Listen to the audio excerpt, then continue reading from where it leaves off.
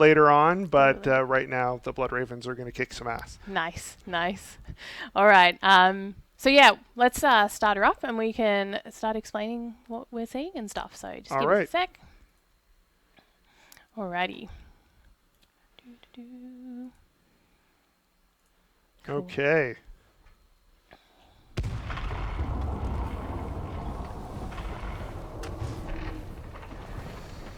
So we're on my way, but it's just me. Don't be reckless. Wait for backup. There's no time. They'll kill you. They can try. So we're starting off here with a familiar face, Gabriel Angelos. He's one of our elite heroes, and the This place is already swarming with Eldar. chapter master of the Blood Ravens. I need to find their main portal before this planet is overwhelmed. Gabriel's a really fun hero to play. He's an upfront melee brawler. He's really fun in part because he's really easy to pick up and play. He's got some fairly straightforward abilities like a hammer slam, a hammer spin, and another which we'll see in a second. But there's a lot of hidden depth there, actually. So he gets a hammer jump, which allows him to cross gaps like this. It'll also allow him to climb cliffs, do other things, and then he has a hammer spin that clears out people around him, but can also reflect projectiles, so send grenades and missiles back at the people who threw them if you time it right. So there's an element of skill that you discover the more you play with him. It makes him fun to play the first time and the 100th time. For sure. Okay, so it's getting a little hot for Gabriel here, so we'll bring in some help.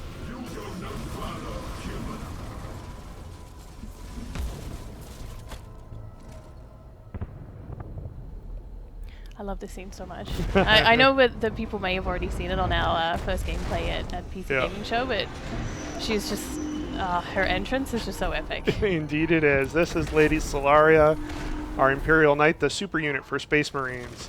She's a walking powerhouse with Gatling guns for arms. What more could you ask for? Here she's going to do her barrage ability and take out these Eldar, which are foolishly ignoring her. Now, super units are typically late game units. For the purposes of this demo, we bring her in early. Solaria. I expected to be bleeding at least. I told you backup was Someone asked, is she single? What were you thinking? You'll just have to play the campaign and find out. There are too many troops coming from that portal.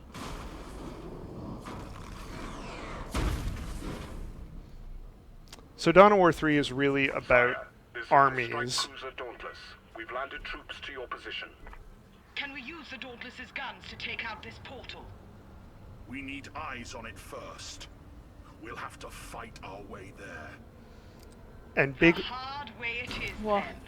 then. and big armies means bringing back base building. So this is a Space Marine base that you can see, and this is where you produce what we call your line units. These are your traditional RTS units, like the Tactical Marines we're seeing, the Dreadnought that's about to come out. The elite heroes that you see with their icons on the left of the screen, so Gabriel and Solaria, you pick those ahead of the match. You pick 3 of them, and they sort of form the hardcore at the center of your army.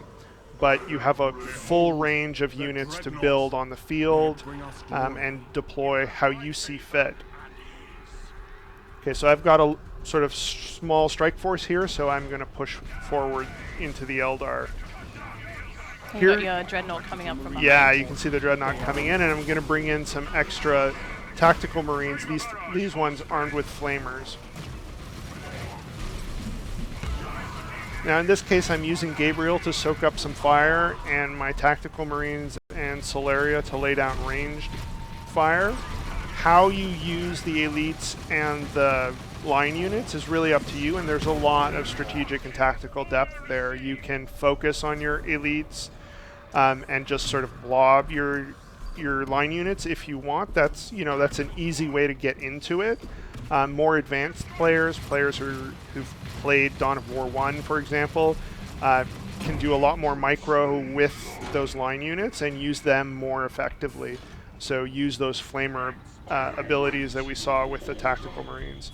You'll see at the bottom of the screen I've captured a resource point. There's only one in this demo, but it's a return of the resource system from Dawn of War 1. Towards the top of the screen here, you'll see a cover point.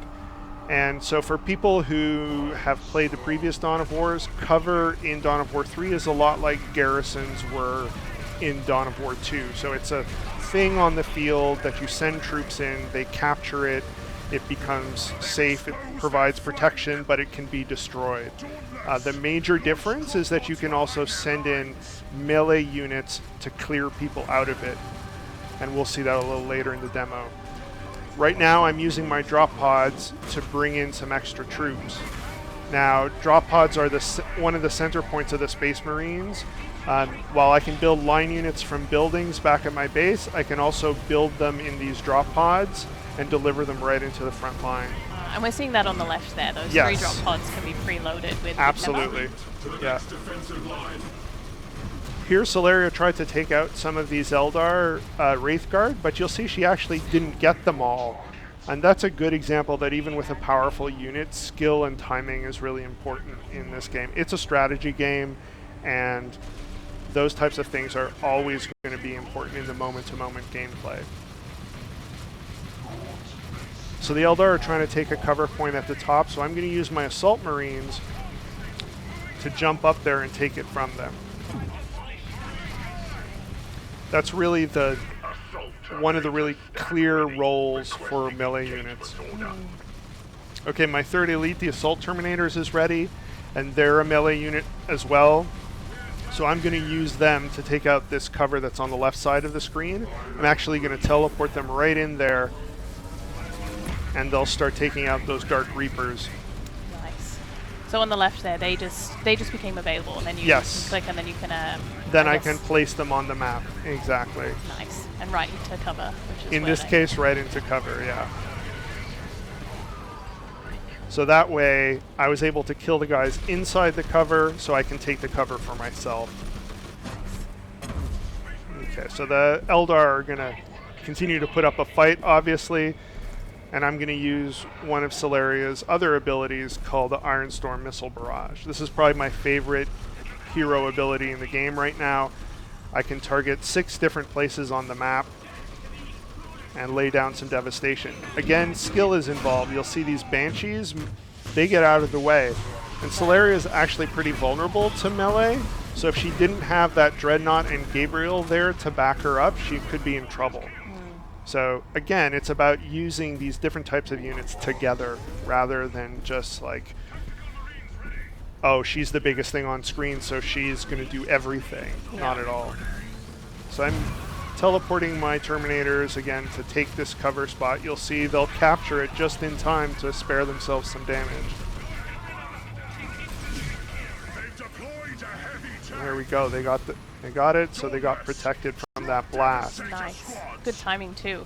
Are you able to explain the, I guess the bars? Are they health? Are they? Yeah, so they're health bars. So they follow. Each hash is a certain amount of health, basically. So you can see the elites have more health than individual line units. And some of them will have indications for charges on abilities. Okay, so for example, I guess Solaria in the top right. Yeah, she's got that flashing bar on top. That's indicating her heat. As she overheats, she'll start slowing down but doing more damage.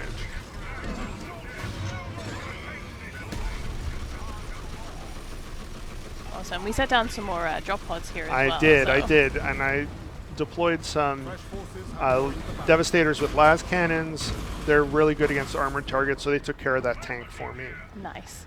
You can see my units are healing here with admittedly a temporary visual effect.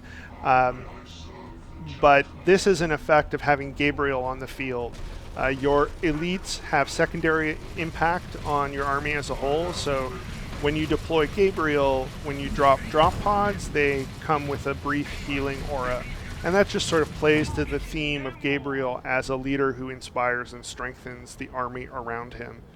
Good.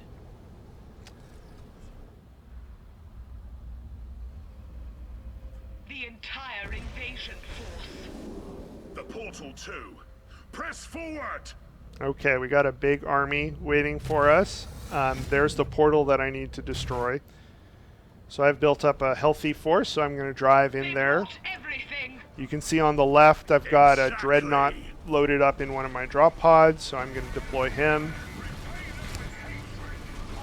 Here they go.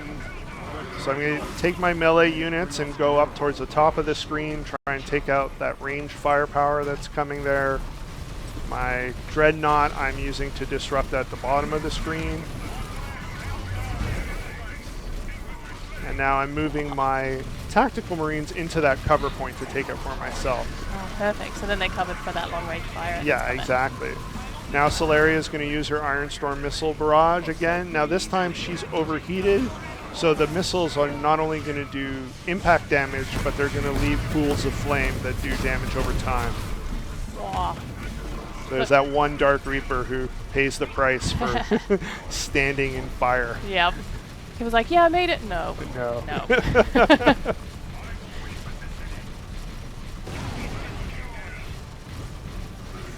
where we want them. Now Bugger. So that cover over, Yeah. on the right-hand side got destroyed. Absolutely. So now we're out in the open.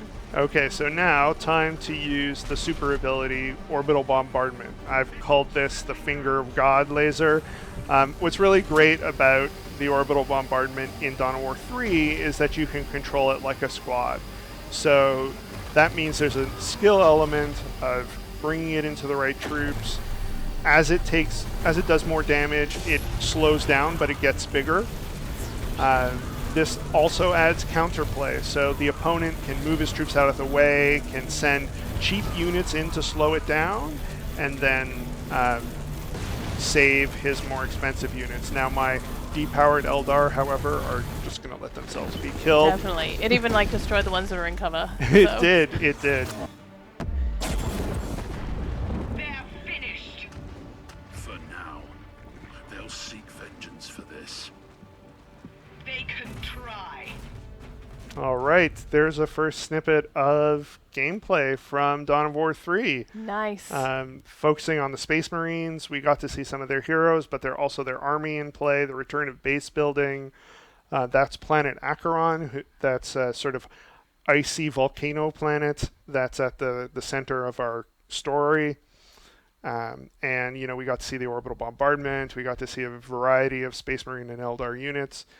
You know, there were things in there that I didn't have time to call out, but you saw Eldar jet bikes and one of their grav tanks, and those are skimmer units that actually, you know, can fly over gaps and fly over obstacles and so on. So that gives them a mobility that the Space Marines don't have. So that's an example of some of the racial diversity or factional diversity that's in the game. So proud of what the team's accomplished, and I can't wait to get more out. Yeah, so we're going to be able to show you more much later on, obviously, or throughout the campaign. And we're so excited about showing you more. Again, this was a very condensed version that we were showing off at E3. So it is, you know, just I guess a football highlight reel of just a mission. Usually most of them are much longer. Yeah, typical, the mission this comes from would typically take 45 minutes or so to play. Yeah. Or an hour in my instance. But everyone knows how I play. But I'm one of the people that likes to all right, I'm going to sit at my base, gain as much resources as possible, and just build. Yeah, absolutely. And then I'm ready. Well, a typical mission, and in the case of this mission, like once you get to that base point, what we do is set up challenges for you. You have objectives, take out that gate, and there's a few more objectives in the final mission, and then give you some tools, and then it's up to you to approach it in different ways. So there's different paths. You can spend some time gathering resources and teching up. You can try and raid. Yeah, there's a bunch of different possibilities for you. Depending on what strategy. Yeah, I mean, that's what's fun about a strategy game, right? Yeah. If it's on rails, it can be a really fun experience, but it's not really a strategy game at that point. Yeah, for sure. So right now we're going to see about answering some of the questions. We didn't get to a lot of the questions that were in the chat while that was all happening. So I'm going to see about answering a couple of them now, or asking them of Phil. So just give me a second. Let's have a look. So someone